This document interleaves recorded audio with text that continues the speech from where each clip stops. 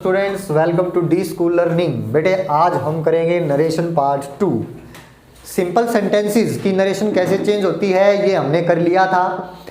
आज करेंगे interrogative sentences. ठीक है, तो इसको देखते हैं इंटरोगेटिव सेंटेंसेस। पहले तो यही देखते हैं कि इंटरोगेटिव सेंटेंसेस होते क्या हैं।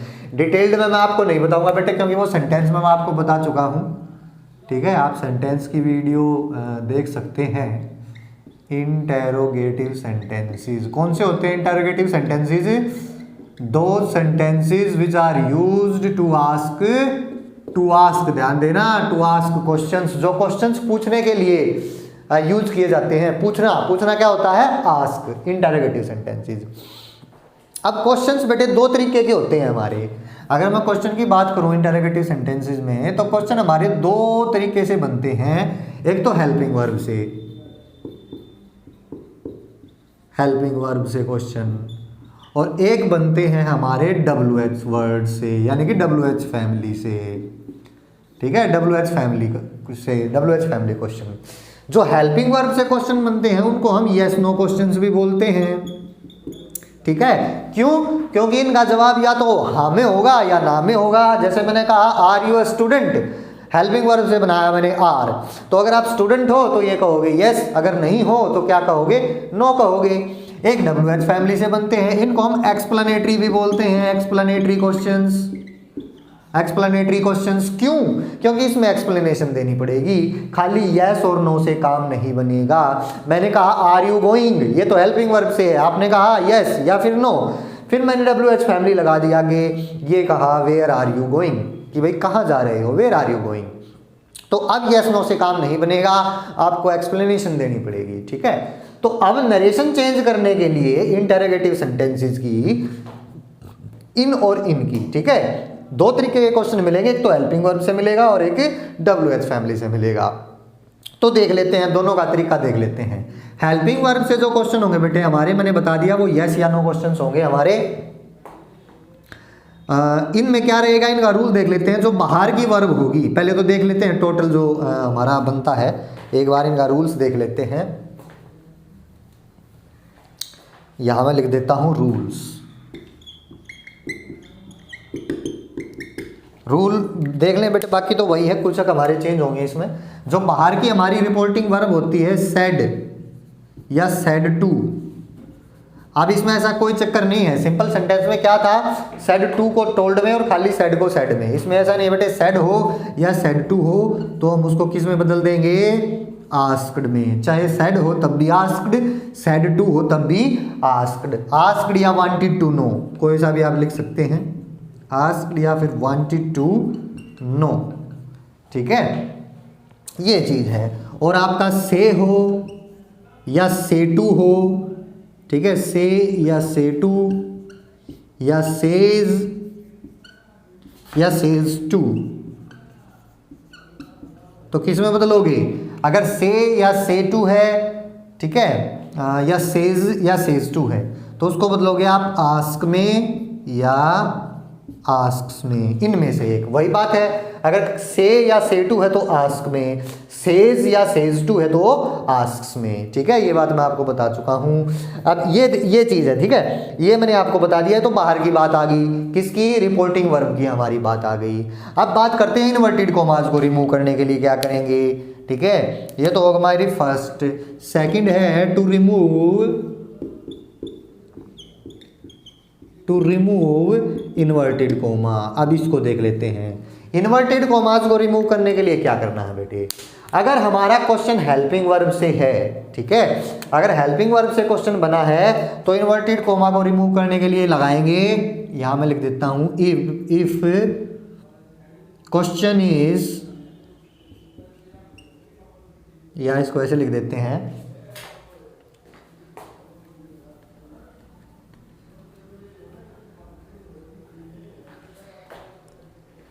If interrogative sentence, if IS लिख देता हूं, if interrogative sentence starts with helping verb. अगर हेल्पिंग वर्ब से स्टार्ट होता है तो बेटे हम क्या यूज करेंगे रिमूव करने के लिए? इन्वर्टेड कॉमास को रिमूव करने के लिए फिर हम जो है इन्वर्टेड कॉमास को रिमूव करने के लिए यूज करेंगे इफ या वेदर, ठीक है। और अगर हमारा जो इंटरोगेटिव सेंटेंस है, if interrogative sentence starts with WH family, अगर WH फैमिली से शुरू होता है तो वो WH फैमिली का वर्ड एज इट इज रख देंगे, बस उसके W जो W है उसका उस W को स्मॉल कर देना, ठीक है।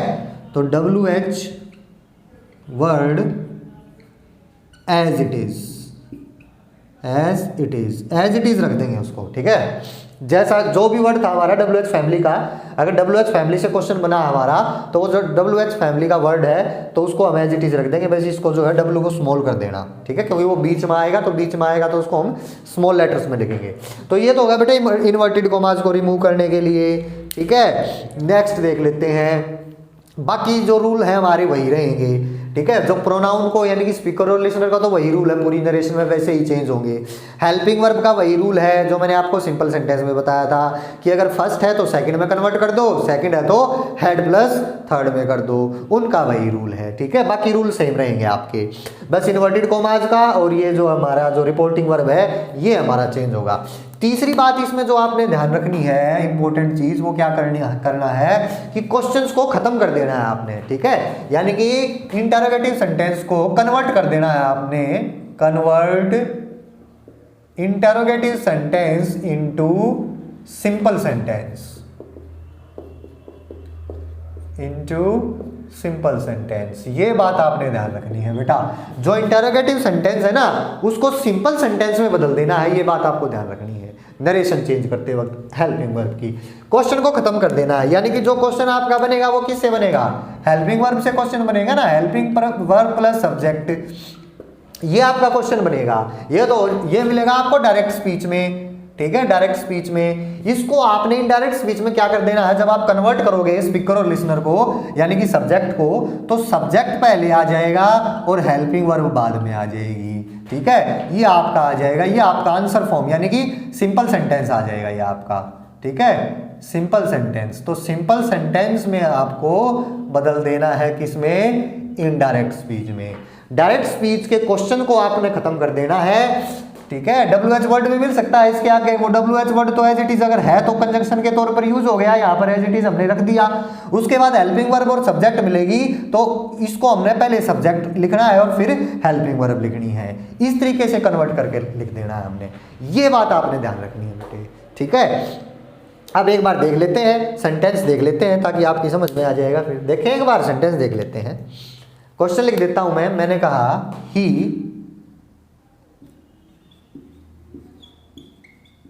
said to me, he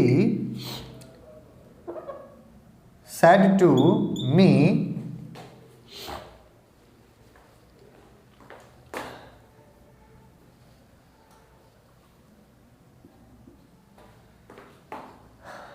have you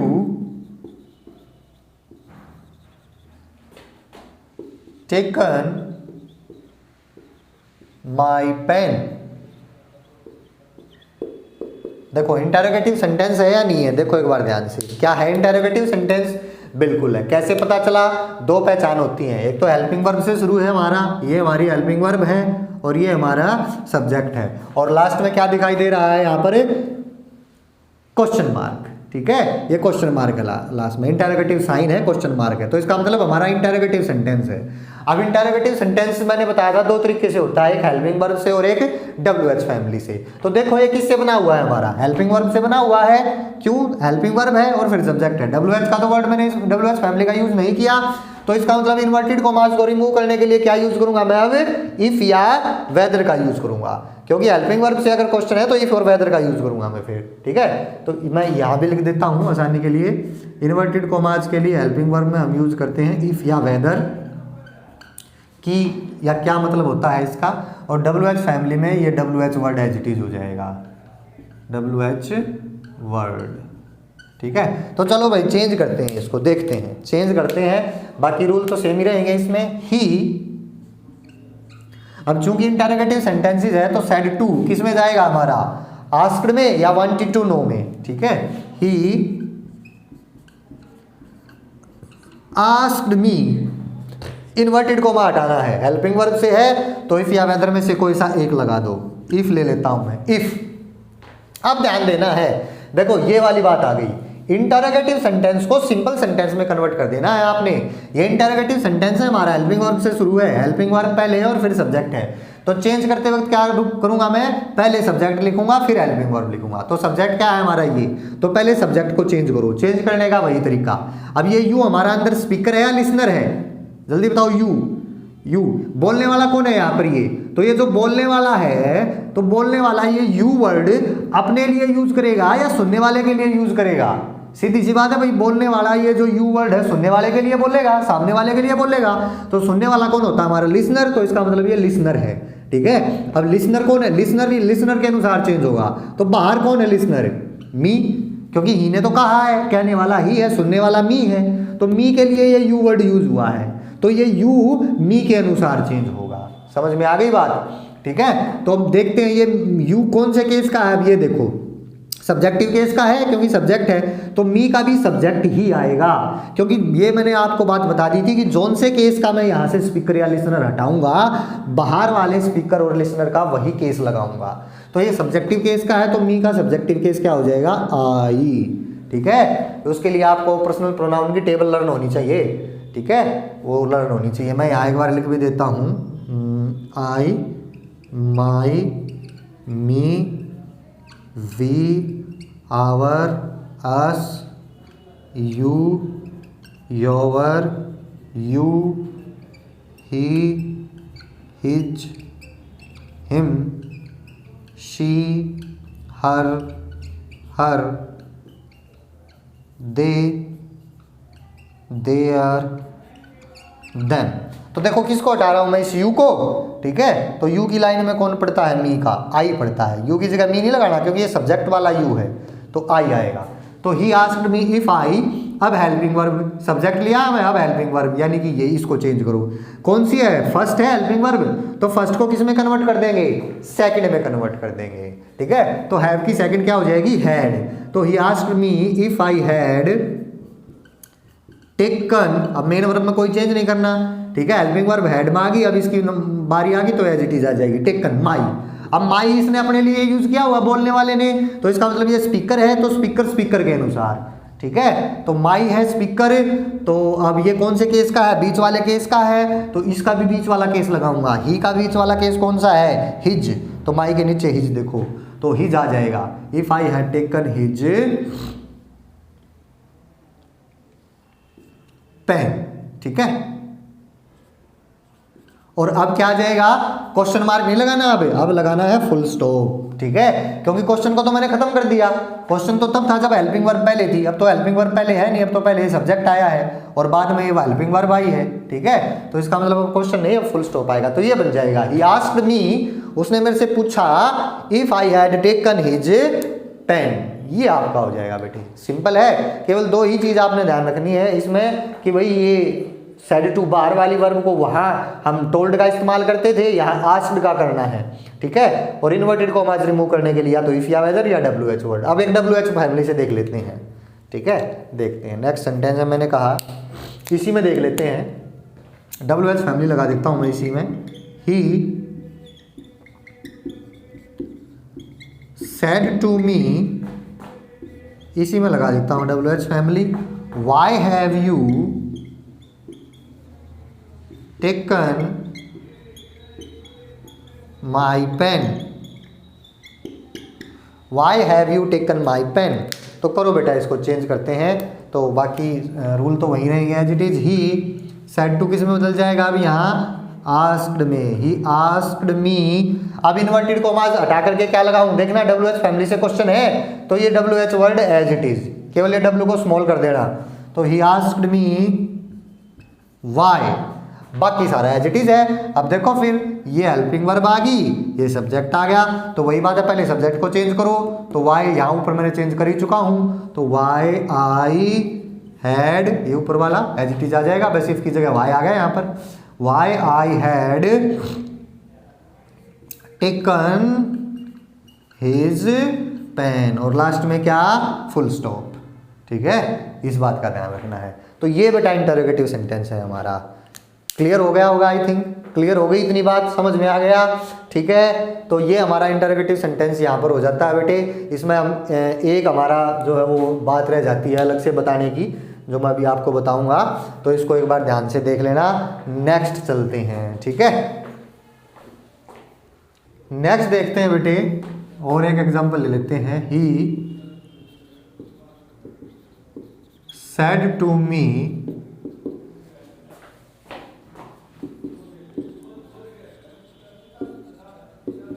do you take T.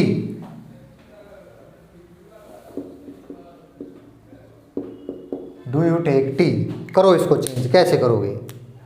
He said to me do you take tea, ठीक है। तो वही बात है, ही सेड टू किस में चेंज हो जाएगा? क्वेश्चन मार्क है पीछे, तो asked me.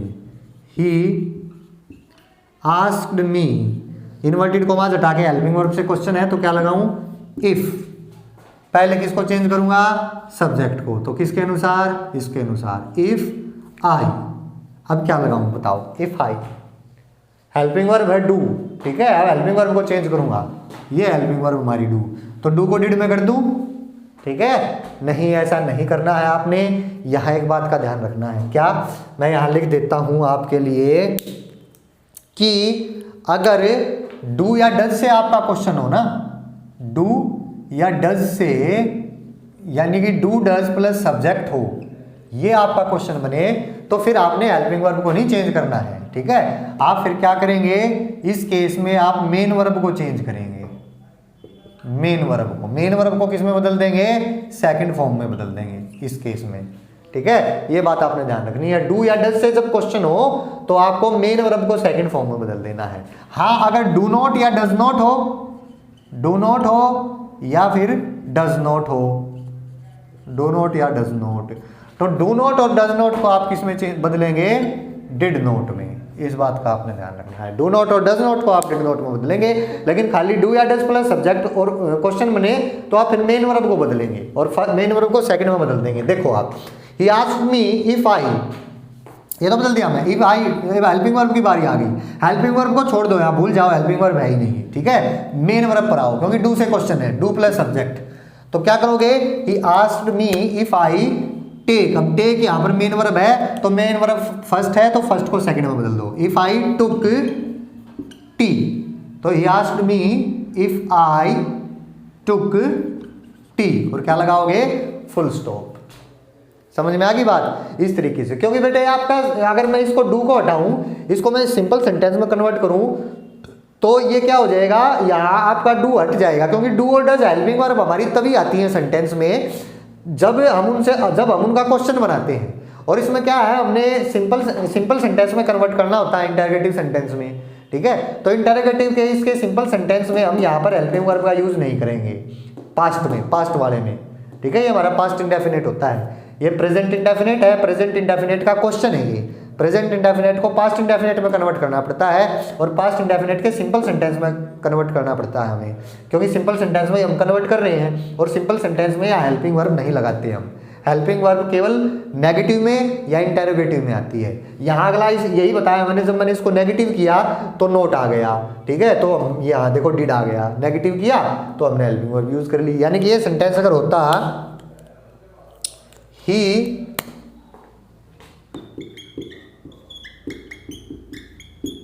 said to me do you not take tea, he said to me do you not take tea, इसमें हो जाएगा बेटे। देखो इसको करते हैं चेंज, तो he asked me if I, अब देखो यहाँ पर डू नहीं है, खाली डू नॉट है, तो डू नॉट है तो ये भी नेगेटिव में आएगा, ये नेगेटिव है तो ये भी नेगेटिव में आएगा, और नेगेटिव में हम हेल्पिंग वर्ब यूज कर देते हैं। तो ये खाली केस डू और डज का है आपका। अगर डू डज से क्वेश्चन बने, आप इसको ऐसे याद रख लीजिए, डू डज से क्वेश्चन बने आपका, तो फिर आपको इनडायरेक्ट स्पीच में मेन वर्ब को सेकंड में बदलना है। अगर डू नॉट या डज नॉट है तो फिर डिड नॉट हो जाएगा आपका, ठीक है। अब डू की सेकंड फॉर्म क्या होती है? डिड। तो he asked me if I did not take tea, इस बात का आपने ध्यान रखना है, ठीक है। और अगर आपकी डिड है, अगर आपका डिड से क्वेश्चन बना है, डिड से, डिड प्लस सब्जेक्ट है, इससे क्वेश्चन बना है, तो ये आपका चेंज हो जाएगा हैड प्लस V3 में। ठीक है, मैं एक एग्जाम्पल और लिख देता हूं यहां। मैंने कहा ही सेड टू मी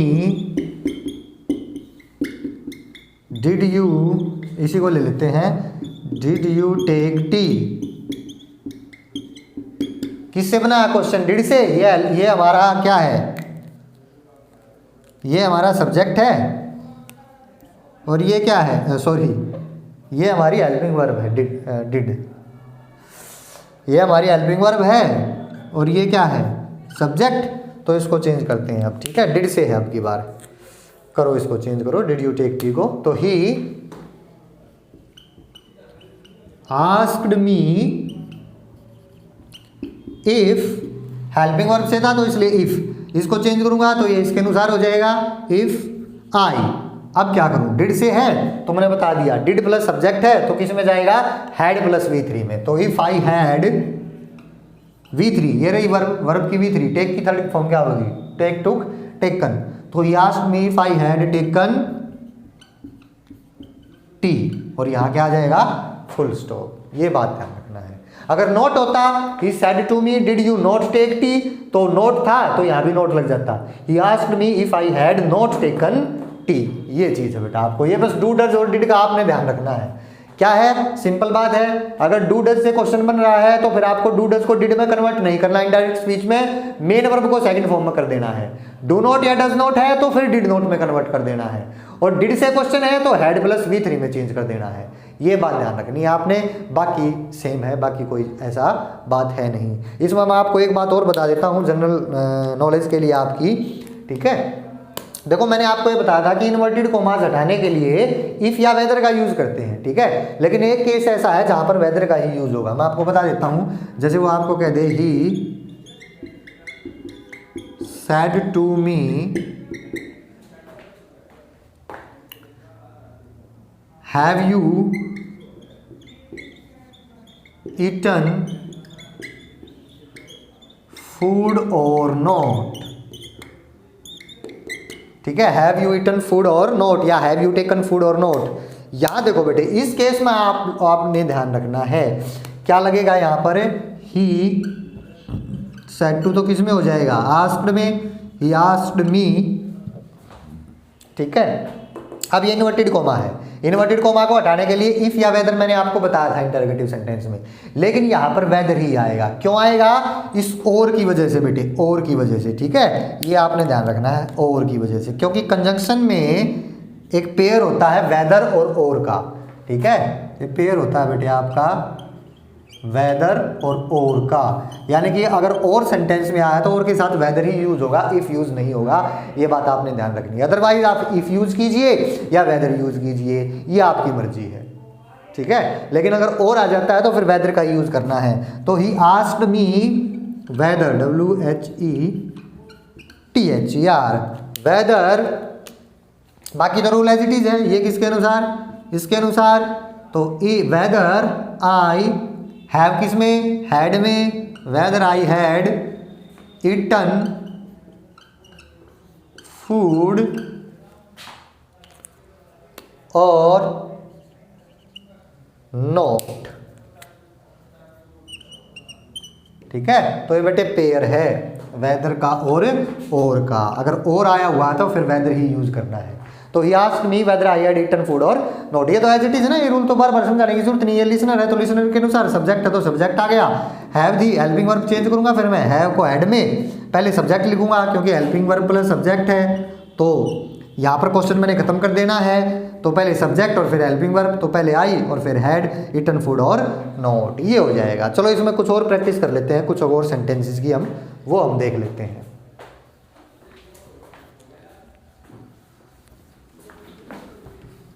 देखो बेटे, कुछ और प्रैक्टिस करते हैं इसमें सेंटेंसेस की, ताकि आपका क्लियर हो जाए। और एग्जाम में ये इंटरोगेटिव सेंटेंसेस में से वो देता ही देता है। तो देख लेते हैं, he said to me how many bananas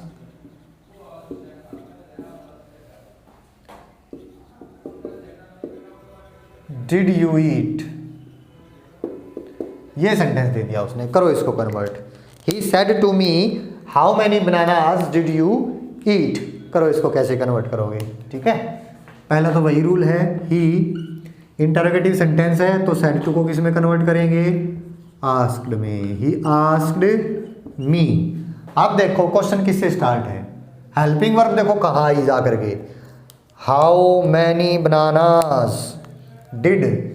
helping verb ढूंढ लेनी आपको इस तरीके के सेंटेंस में, इंटरोगेटिव सेंटेंस में। देखो सेंटेंस की शुरुआत में तो है नहीं helping verb, how many bananas, helping verb कहाँ आई, डिड, यहाँ आई और यहाँ सब्जेक्ट आया। तो इसका मतलब यहाँ से जा करके चेंज होगा हमारा नरेशन में, ठीक है। हाउ मैनी बनानास, यहाँ से पहले सब्जेक्ट और फिर हेल्पिंग वर्ब। तो हेल्पिंग वर्ब से पहले जो भी आया आपका हाउ मैनी बनानास, ये आया है हाउ मैनी बनानास, इसको रख दो एज इट इज, फिर इसमें कोई चेंज आपने करना ही नहीं, ठीक है। क्योंकि बेटे ये रिलेशन होता है पूरा इकट्ठा। देखो कितने केले, हाउ मैनी बनानास का मतलब है कितने केले, तो कितने केले को मैं इकट्ठा ही रखूंगा, अलग अलग थोड़ी करूंगा कि कितने अलग कर दिए और केले अलग कर दिए। उसने पूछा कि भाई कितने केले खाए, तो क्या चेंज करते वक्त मैं इसको तोड़ दूंगा, इसको अलग कर दूंगा, कितने खाए केले, कुछ ऐसा कर दूंगा नहीं ना, कितने केले तो अलग ही रहेगा। तो इसका मतलब है इसको पूरे को एज इट इज रख देना है मैंने यहाँ पर। ये WH वर्ड है मेरा, तो ये WH word as it is आ जाएगा। WH हाउ WH वर्ड में आता है, बस इस एच को स्मॉल कर दो तो ये क्या हो जाएगा, हाउ मैनी बनानास। आ गया as it is, he asked me how many bananas. अब यहाँ पर हेल्पिंग वर्ब आई है, तो रूल क्या था कि पहले सब्जेक्ट को चेंज करेंगे। तो यू किसके लिए यूज किया उसने, इसके लिए, सुनने वाले के लिए। तो ये सब्जेक्ट है तो मी का सब्जेक्ट क्या हो जाएगा, आई।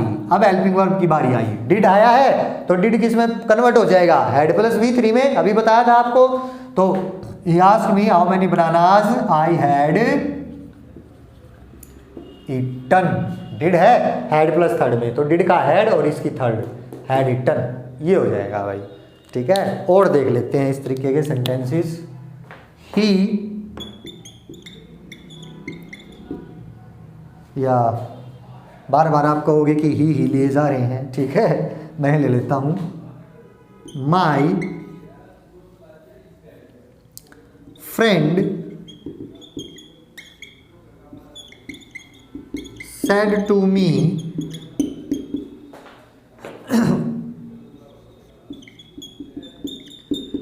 which is your favorite teacher। My friend said to me which is your favorite teacher। करो बेटे इसको कन्वर्ट, ठीक है।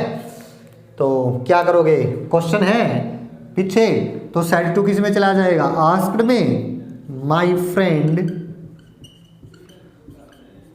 आस्क्ड मी, इन्वर्टेड कॉमा हटा के क्या लगाऊं, माई फ्रेंड आस्क्ड मी, क्या लगाऊं बताओ, WH वर्ड है, ठीक है। तो ये WH word as it is आ जाएगा, बस इस W को छोटा कर देना। माई फ्रेंड आस्क्ड मी विच, ठीक है, ये आ गया। अब आगे देखो, ये क्या है, हेल्पिंग वर्ब। सब्जेक्ट क्या है बताना, ये तो हेल्पिंग वर्ब होगी। सब्जेक्ट क्या है, योर, नहीं सब्जेक्ट योर नहीं है। योर कैसे सब्जेक्ट बन सकता है बेटे, योर तो पॉजेसिव केस होता है आपका, जो आपको मैंने टेबल बताई थी। यू, योर और यू ये सब्जेक्ट है, ठीक है, ये पॉजेसिव केस है, ये ऑब्जेक्ट है। तो योर तो पॉजेसिव केस है, ये खाली नहीं बन सकता सब्जेक्ट, अपने साथ कुछ ना कुछ नाउन लेकर के तब ये सब्जेक्ट बन सकता है, क्योंकि ये रिलेशन होता है बेटे। योर तो अकेला यूज होता ही नहीं कभी भी, योर अपने साथ में, यानी कि पॉजेसिव केस कभी अकेला यूज नहीं होता। पॉजेसिव केस को, पॉजेसिव एडजेक्टिव होता है ये, ठीक है। तो पॉजेसिव को, केस को अपने साथ क्या चाहिए होती है, नाउन चाहिए होती है, तब वो नाउन लेकर के या तो सब्जेक्ट बनता है या ऑब्जेक्ट बनता है। अगर मैं कह दूं दिस इज योर, तो क्या सेंटेंस पूरा हुआ, दिस इज योर, क्या योर, आगे कोई ना कोई नाउन तो लगानी पड़ेगी ना। मैं कहूंगा दिस इज योर पेन, अब बात बन गई, दिस इज योर पेन। अब योर पेन आपका क्या बन गया, पूरा का पूरा, ठीक है, या तो मतलब अब ये पूरी सेंस कंप्लीट हुई है, दिस इज योर पेन। बात आई समझ में? अब ये हमारा सब्जेक्ट बना। तो यहाँ पर देखना सब्जेक्ट क्या है, which is your favourite teacher. Your के साथ ये पूरा जुड़ा हुआ है, your favourite teacher. Your teacher ये नाउन है, बस टीचर की क्वालिटी, वो आगे टीचर की आगे क्वालिटी बता दी फेवरेट, ठीक है, उसके आगे हमने ये जोड़ दिया। तो योर फेवरेट टीचर ये पूरा आपका सब्जेक्ट जाएगा। अब योर फेवरेट टीचर, समझ में आई बात? तो इसका मतलब ये हमारा पूरा सब्जेक्ट जाएगा। अब तो इस पूरे को उठाना है। अब क्यों? क्योंकि इनडायरेक्ट स्पीच में हमने क्वेश्चन तो खत्म कर देना होता है, सिंपल सेंटेंस में कन्वर्ट करेंगे। और सिंपल सेंटेंस में पहले सब्जेक्ट लेकर के आऊंगा, हेल्पिंग वर्ब बाद में आएगी। तो पहले इस पूरे सब्जेक्ट को उठाओ, योर फेवरेट टीचर। तो क्या लिखोगे? माई friend asked me which your. अब योर चेंज होगा, योर को तो चेंज करूंगा ही मैं, ठीक है, क्योंकि ये हमारा स्पीकर है या लिसनर है। तो ये योर क्या है हमारा यहाँ पर? अंदर तो मैंने बताया था इन्वर्टेड कॉमास के अंदर तो फिक्स है। अगर आई माई मी या वी आवर अस में से कुछ हो तो स्पीकर, और यू ओवर यू में से हो तो लिसनर। अंदर तो फिक्स होता है बेटे। तो ये हमारा योर लिसनर है। तो बाहर कौन है लिसनर? मी, ठीक है, क्योंकि मेरे को एक पूछा है उसने, मैं सुनने वाला हूँ। तो मेरे लिए उसने, जब मेरा दोस्त ने बोला होगा तो मेरे लिए उसने यही वर्ड यूज किया हुआ योर, ठीक है। तो इसका मतलब ये इसके अनुसार, तो ये योर बीच वाला है, तो मी की बीच वाला पॉजिटिव केस क्या होगा? माई। तो माई friend asked me which my favourite, FAVOURITE, which my favourite teacher. अब ये पूरा सब्जेक्ट आ गया। अब हेल्पिंग वर्ब की बारी आई। तो इज है तो फर्स्ट है, तो फर्स्ट को सेकंड में कन्वर्ट कर देंगे। तो इज की सेकंड क्या हो जाएगी? Was. Which my favourite teacher was, ठीक है। My friend asked me which my favourite teacher was, ऐसे कन्वर्ट हो जाएगा बेटे, ठीक है। एक और आपको दे देता हूं मैं, ताकि आप में कोई कंफ्यूजन ना रहे। एक सेंटेंस और दे देता हूं। ही सेड टू मी, ये बेटे अभी मैं आपके लिए सिंपल ले रहा हूं, बार बार ही या ये यूज कर रहा हूं मैं आपका जो फिर ये भी यहाँ पर कोई ना प्रोनाउन किसी का नाउन भी आ सकता है दोनों जगह, ठीक है, कोई भी आ सकता है। मैं अभी वो इसलिए नहीं ले रहा, ठीक है, ताकि आपकी एक बार पहले सिंपल पर प्रैक्टिस हो जाए, फिर मैं इनको चेंज करके दिखाऊंगा आपको। He said to me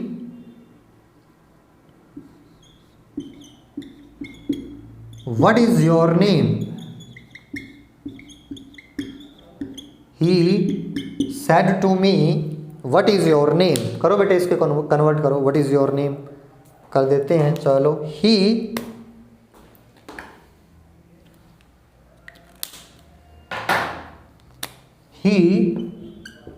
asked me.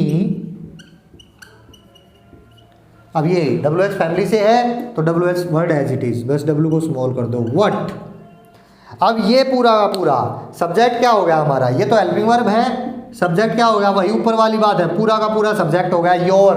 अपने साथ नाउन लेगा तब सब्जेक्ट बनेगा योर नेम। तो इसको पूरे को इकट्ठे को उठाओ, योर चेंज होगा किसके अनुसार? इसके अनुसार। तो he asked me what my name was. मेरे ख्याल से आपको बात समझ में आ गई होगी, अब यहाँ कोई दिक्कत नहीं होगी आपको, ठीक है। तो ये बेटे आपका इंटरोगेटिव सेंटेंसेस इसी के साथ यहाँ ओवर हो जाते हैं। नेक्स्ट वीडियो में, इसके नरेशन के नेक्स्ट पार्ट में आपके लिए नेक्स्ट जो हमारा सेंटेंस है वो लेकर के आएंगे और उसकी नरेशन देखेंगे कैसे चेंज होगी। तब तक के लिए प्रैक्टिस करते रहिएगा। कोई डाउट हो तो मैसेज कर दीजिएगा, ठीक है। Thank you very much.